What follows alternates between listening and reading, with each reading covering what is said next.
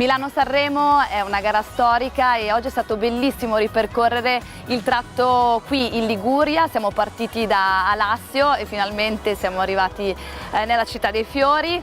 Abbiamo attraversato territori con uliveti meravigliosi, lavande, sempre da un lato questo mare splendido e dall'altra parte le montagne che ci hanno accompagnato.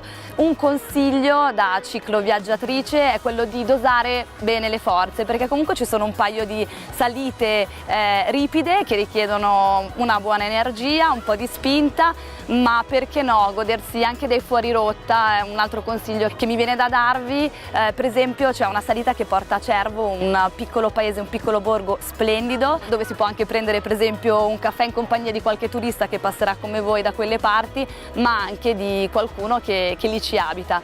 Sono circa 60-70 km, né pochi né tanti. Il mio consiglio è di starci dentro in questi 60-70 km il più possibile, prendendovi la libertà che ovviamente questo mezzo meraviglioso, la bicicletta, vi regala. Quindi il mio consiglio è di venire qui e farvi questa bella pedalata.